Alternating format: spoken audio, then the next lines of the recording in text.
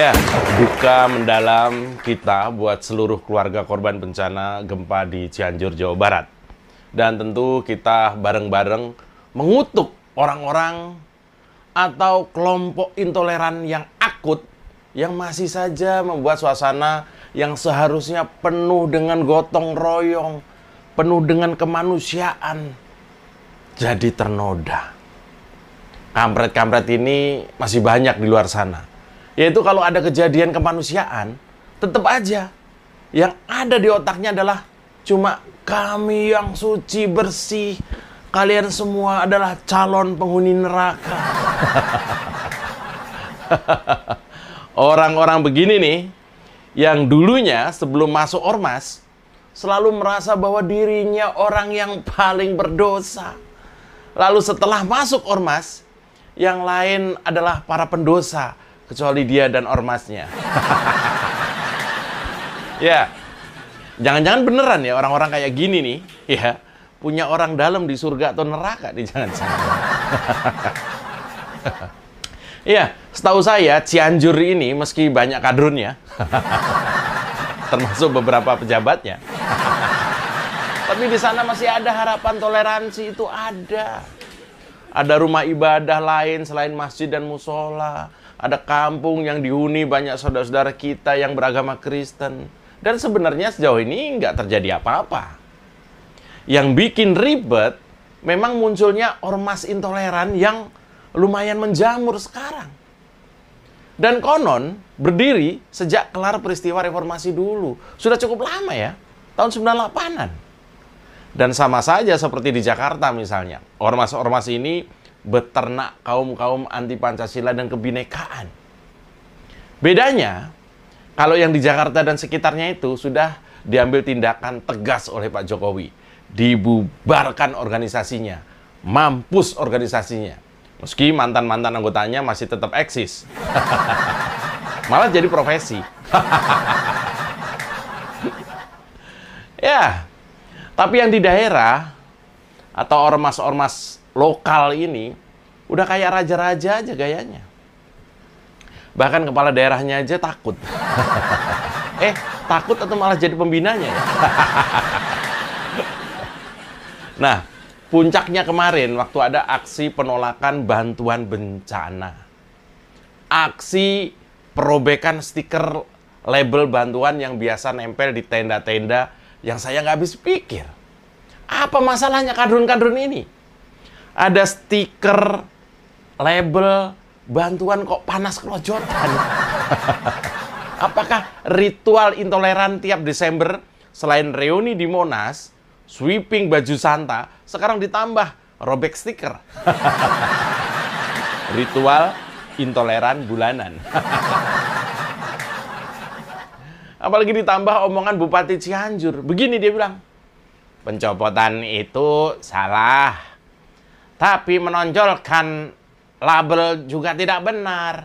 Kita sama-sama saling mengerti lah, membantu secara tulus tanpa label bantuannya. Itu kata Bupati Cianjur.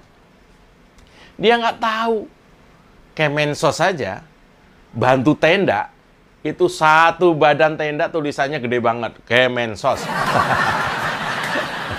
Jangankan Kemensos, yang pakai duit negara.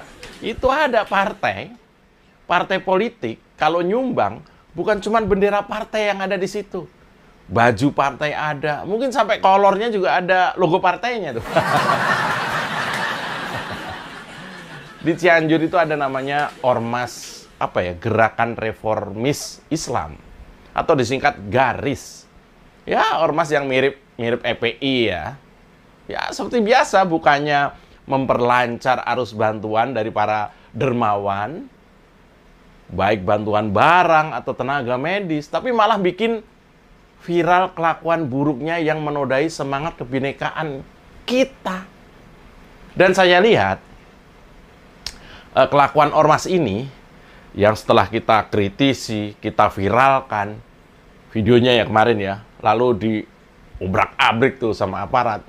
Kemarin beredar video klarifikasi dan jurus ngelesnya. Ya lain kali kalau memang merasa kuat dan apa ya, lebih kuat dari persatuan netizen Indonesia yang masih waras dan logis ini, kalau habis berbuat tindakan goblok intoleran itu, ya tanggung jawab dong, Bos. Nggak usah pakai komuk, nggak santai, lalu menghindar seolah mendadak jadi pahlawan di lokasi bencana. Iya, kadang saya tuh mengumpamakan, membayangkan, menganalogikan kadun-kadun ormas intoleran yang kayak kemarin di Cianjur itu. Saya membayangkan yang bikin rusuh kemarin itu, yang menolak para dermawan di lokasi bencana itu saya imajinasikan itu adalah rombongan orang yang lagi naik pesawat. Mereka naik pesawat ke arah Timur Tengah, entah mau ngapain. Pokoknya ini rombongan kadun ini lagi naik pesawat lah gitu ya. Nah, tiba-tiba pesawat itu mesinnya rusak, lalu jatuh di perairan misalnya yang dalam lah, di Laut Cina Selatan misalnya.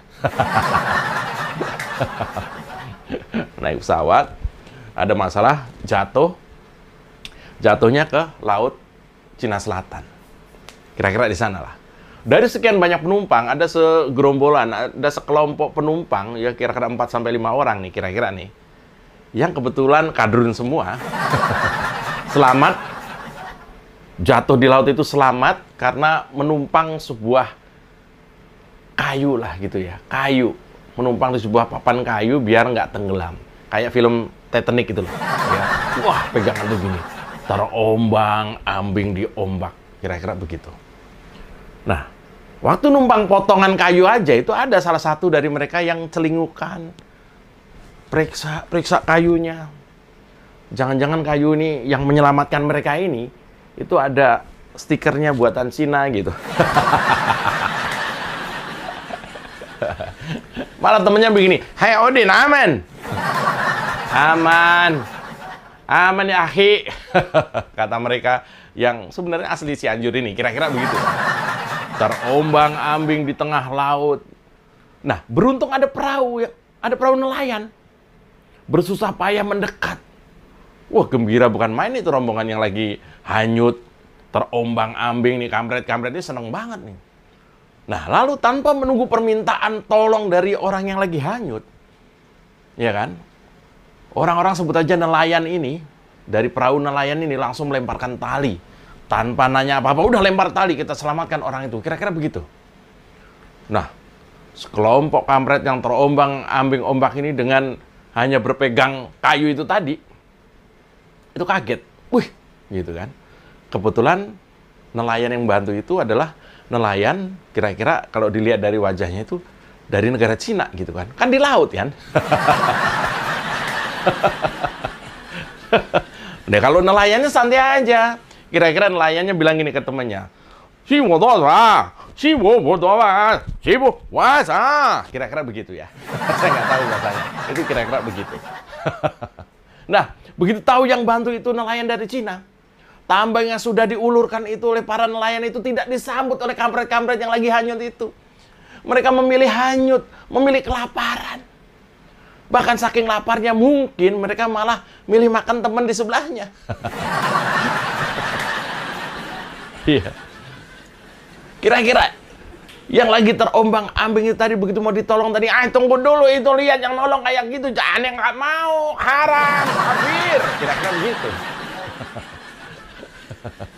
Terombang-ambing lagi di laut, ombak semakin besar. Akhirnya mereka sampai di perairan ya, di laut yang deket-deket kira-kira India lah. Karena tadi kan nolak ya, udah ditinggal sama nelayan, kurang ajar, mau ditolong malah maki-maki kan. Jadi akhirnya dia terombang-ambing lagi. Sampailah ke laut dekat India. Dan terlihat lagi dari jauh itu kembali ada perahu mendekat. Tentu mau menolong rombongan kadun yang hanyut itu.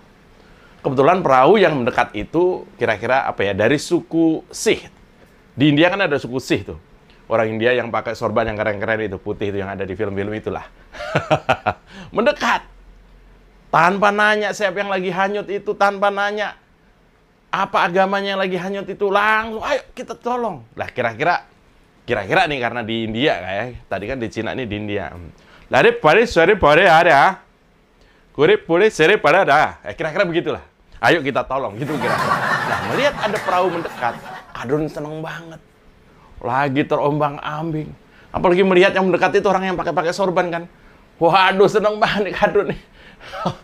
Ya akhi, Akang Udin, akhirnya ada juga yang nolong kita. Sama. Kira-kira begitu ya. Ada orang Arab menolong kita itu. Akhirnya doa kita dikabulkan. Sampai juga kita di perairan Arab. Padahal di India. Aduh, dia nggak tahu memang sepintas mirip dengan baju-baju di tanah Arab ya. Tapi itu kan orang Sih, orang India. Dan begitu tahu nelayan itu misalnya nggak jawab salam gitu misalnya ya. Ya langsung perahu yang sudah mendekat itu ditolak. Mentah-mentah. Enggak, ani nggak mau. Malah mereka pura-pura tenggelam. Ya begitu aja terus ya. Sampai kebodohan orang-orang seperti dalam cerita ini cuma cerita.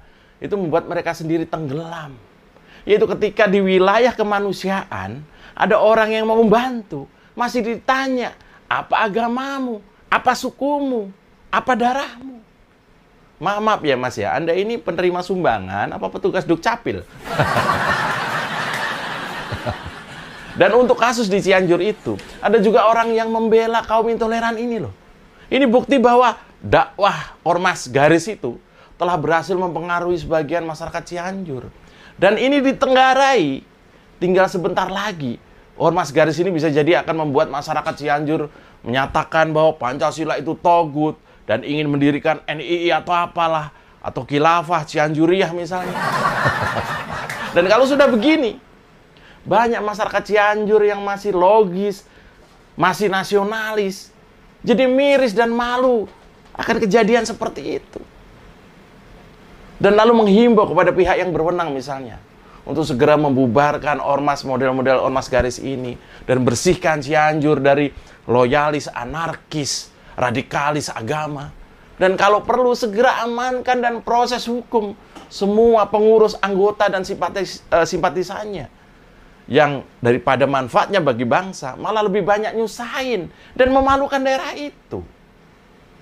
Kalau ada orang atau ormas yang ketika ada dermawan, relawan kemanusiaan datang membantu, masih ditanya, apa agamamu? Masih kepo nanya-nanya, kamu nenyek? Kamu nenyek, misalnya gitu. Masih mempermasalahkan apa agama, tenaga medis yang dengan sukarela bahkan mengorbankan waktu, tenaga. Sebetulnya daerah itu dapat bencana double loh. Selain bencana alam, juga bencana toleransi. Bencana alam datang dari alam karena pergerakan lempeng bumi misalnya, atau karena geliat alami dari bumi ini. Tapi bencana toleransi datang dari para pembenci NKRI, para pengkhianat Pancasila, para kadrun yang lahir, besar, makan di bumi Indonesia. Tapi setiap ucapannya terus menjelek-jelekkan, memfitnah negara yang berbineka tunggal ika ini. Bencana mana yang lebih menyedihkan? Cianjur darurat ormas intoleran. Kita ringankan dengan bantuan bagi para korban bencana. Sekaligus kita lawan segala bentuk intoleran di Nusantara ini. Pemerintah harus turun tangan coy. Serius. Mengawal semua bantuan dan relawan kemanusiaan. Masa iya? Mau bantu saudara yang sedang tertimpa musibah saja, kami harus melawan ormas intoleran dulu. Ini menyelamatkan Cianjur dari bencana atau menyelamatkan Cianjur dari ormas intoleran? Ini aparat kemana? Sudah sedemikian nggak berdayakah di Cianjur? Apa perlu bapak-bapak dari Densus 88 yang turun tangan? Lalu kemarin juga tersiar berita beberapa relawan medis mundur dari wilayah bencana karena mereka merasa dibully, diinterogasi oleh ormas lokal yang petentang seperti jawara. Ribuan orang korban bencana tidur kedinginan di bawah tenda. Lalu ada dermawan yang dengan ikhlas memberikan sumbangan, malah ditolak ormas kampret dan para pendukung kaum intoleran. Mereka malah bertakbir seolah-olah menang perang.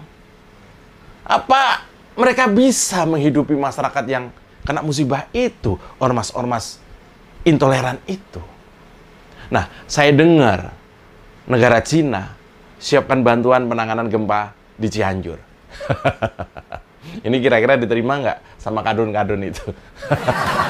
Jadi menurut saya, masyarakat Cianjur itu toleran dan menerima perbedaan. Hanya saja kelakuan ormas-ormas yang makin menjamur itu yang tidak sadar.